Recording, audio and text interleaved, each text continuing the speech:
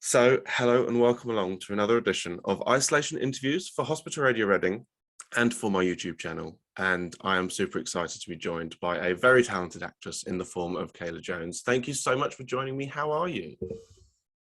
Good, I'm very well, thank you. Thanks for having me on the show. I think it's a wonderful thing you do, and I love all your interviews, so it's Oh, a pleasure. thank you so much. I had to get you on because obviously a lot of people will remember your character from Neighbours, and we will talk about that. But first of all, how have you been over the last couple of years? How has the whole pandemic affected you? How are you? Yeah, what a big question. What a loaded question. Yeah, I mean, it's like for most people, it's been a roller coaster full of wonderful, wonderful things and crazy things as well. So I feel incredibly lucky with my journey over the last 2 years. I've heard some horrific stories from people and feel very lucky to just basically have used that time to focus on family and to focus on what's important and to just simplify life. So yeah, it's been all right.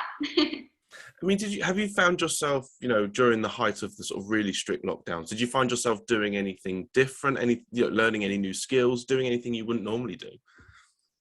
Absolutely. At the very start of the lockdowns here, in Melbourne, we've had the world's longest lockdowns. The first one, like most people, we had this sourdough fad that went around where everybody was growing their own sourdough, and mine was called Dolly Parton. Big fan of the old Dolly over here. So I basically made, like, my poor family, I think they were totally fed up with it by the end, but I made like pizza dough and hot cross buns and just loaf after loaf. It was a real savior to focus on that, but yeah, maybe not so good in some ways. I mean, the other thing, obviously, with the lockdowns is it kind of, I think, gave people a newfound respect, not just for, the healthcare services around the world, but also the fact that, people were able to connect with loved ones and that whole new way of doing things. I mean, for example, Zoom, like we are now. Did you find you were connecting up with people you wouldn't normally have, for a chat, or were you sort of checking in with people more often?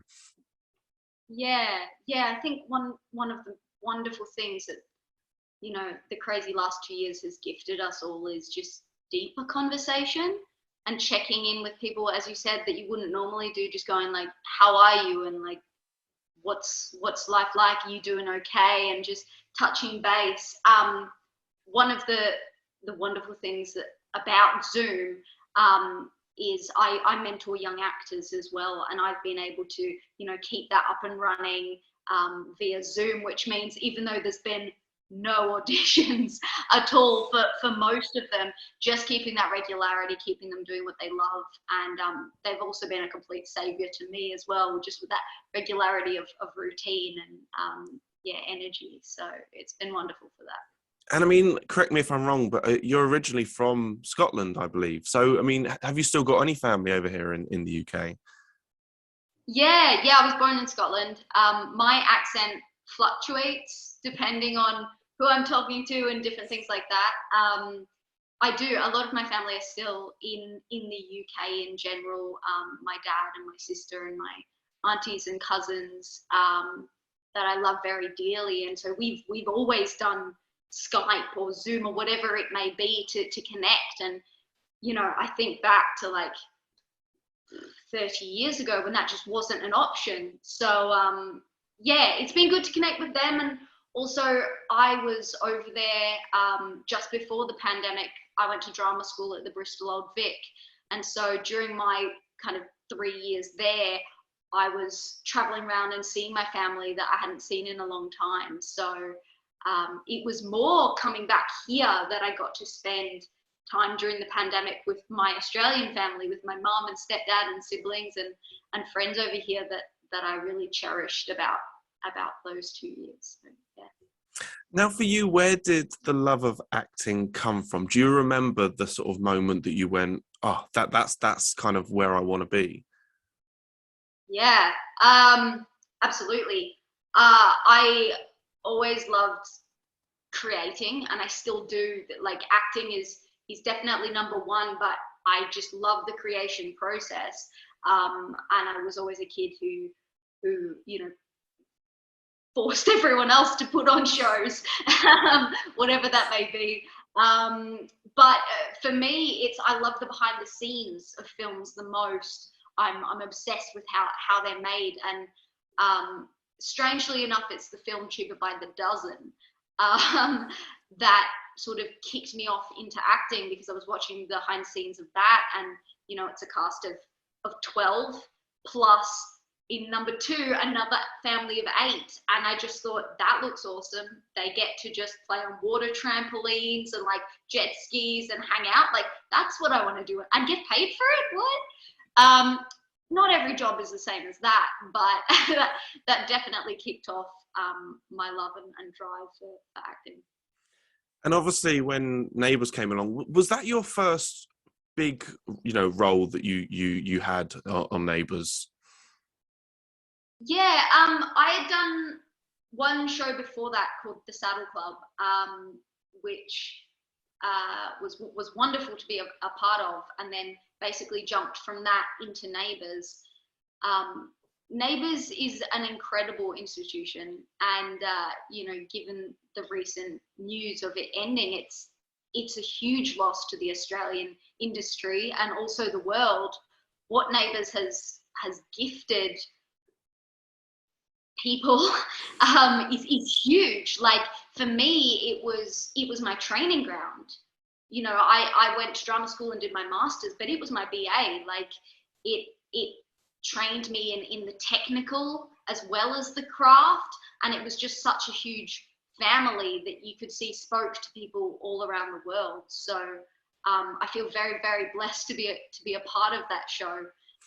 It's trained wonderful actors and crew members, that have now gone off to do wonderful, amazing things. So yeah, it's a huge loss for the industry, and it'll be interesting to see what unfolds.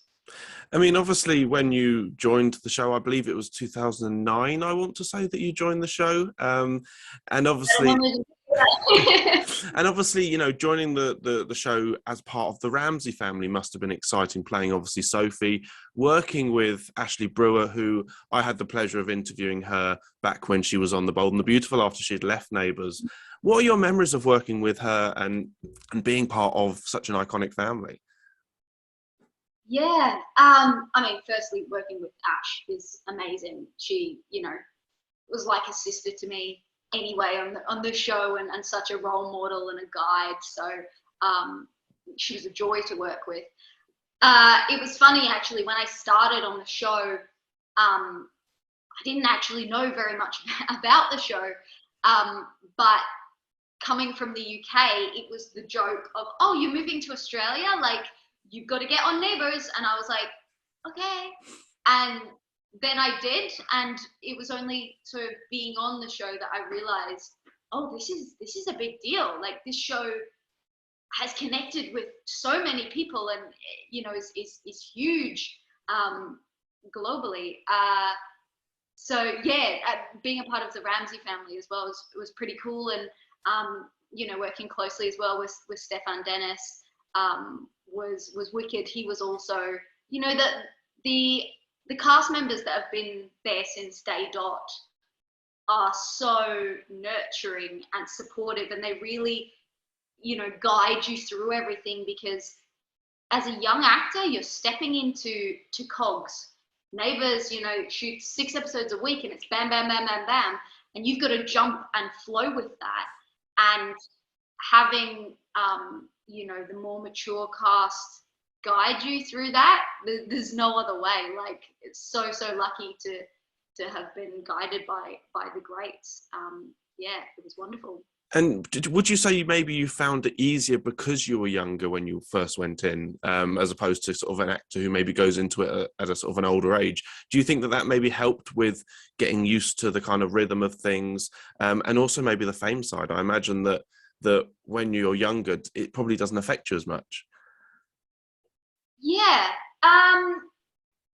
yeah, I mean, you know, as a kid, you're more of a sponge, so, and you're learning things constantly at school and having to adapt. And, you know, having moved from Scotland to Australia when I was 9, I was very good at adapting, or I became very good at adapting with change and having to sort of do that. So, yes, starting young definitely makes it easier in some ways.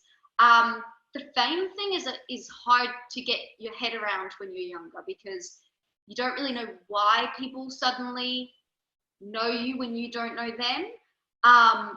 But there's also, you know, an awareness that comes of like, oh, they know me because the show has connected with them, and it's a positive thing. And so switching from a kid of being like, oh, people know me, what is this, to, oh, they respect me and they've connected with the show and the show has spoken to them in that way. You know, that's why what we do is because of the audience and having an impact on them.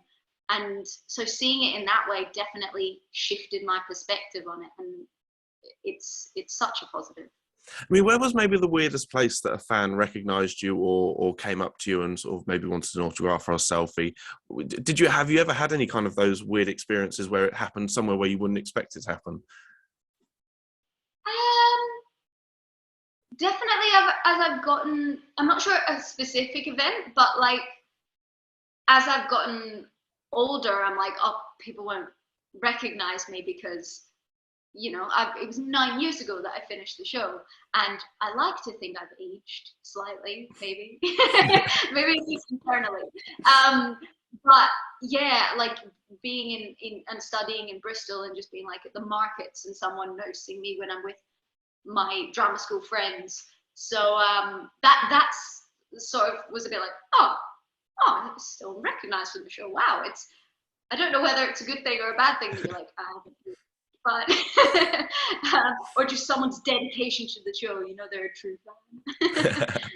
I mean, the other sort of bond that you really had on the show from a viewer's point was obviously yourself and Morgan Baker, who played Callum. You guys worked so well. You were just clearly great friends, not just on screen, but I imagine off screen as well.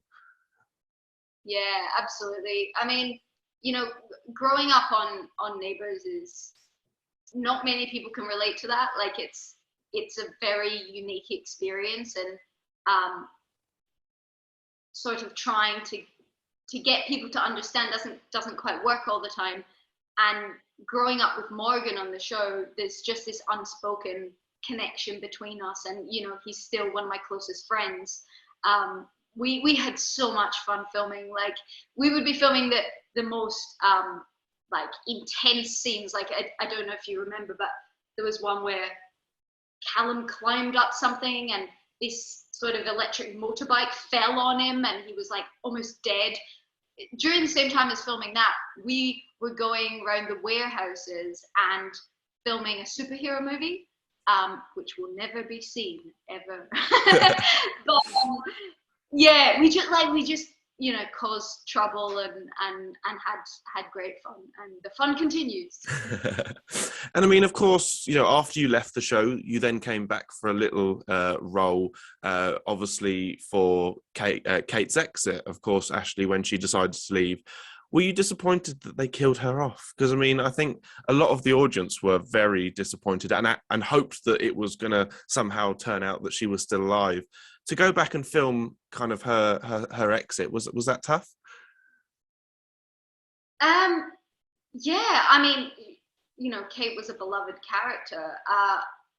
Basically, when I left, I said to the producers, if anybody in my family dies or gets married, I want to be there, because I think it's so strange on the show when someone dies and like their sister's not there. So I said to them, I'm absolutely there. And then, you know, whatever it was, a year later or something, they gave me a call and said, we're making Kate get married and we're killing her and it's her birthday. Everything in one. But going back to film that was so intense. Filming funeral scenes is the most bizarre experience ever, because you know, you can prepare for it as an actor, but you don't really know what it's going to be like. But as soon as I walked onto that set, the energy of everybody there, cast and crew, was super low and but charged. And so as soon as I went up to do Sophie's speech at the funeral, I was just in floods of tears, and I don't know where that came from, but you know, one can only say that the bond between me and Ash was strong, and the energy between all the cast there, like everybody just put their soul into it. So it was both wonderful to be back and working and seeing everybody again and seeing the cast changes and that kind of thing, and also very, very intense and challenging to go through that. You know, you grow up with the character. I mean, was Ashleigh actually there when you filmed the funeral? That would I imagine that would have been odd had she been sort of stood there, kind of just watching you guys talking about her character. Yeah, they normally don't, and I don't think she was. She may have been in the green room watching or something like that, but they normally keep the cast member who's meant to have died off set, just for, you know, respect to the cast that are playing grieving. Now, obviously, you know, when you eventually leave a show like Neighbours, is that kind of strange to kind of get used to suddenly, you know, you're not working now, you know, getting kind of back into the industry? Is that kind of a strange period of time when you're getting used to no longer being on a sort of a show where things are quite stable? Yeah, it's just about where you put your energy and your focus. Like one door closes, another one opens, and I left the show for many reasons. One of them being I was in my final year of school, so I wanted to give myself to that. So I definitely had somewhere to put my energy, but also as well, I knew that I wanted to do other things, and I had, you know, my time with Sophie had come, and I wanted to create my own projects as well, which is what I went on to do, direct and write my first short film, Coping, which, yeah, that space to shoot that wouldn't have been there otherwise. So everything happens for a reason. And I mean, going forward, is there a dream role or you know, someone you would love to work with going forward that you haven't yet had the chance to? Yeah, absolutely.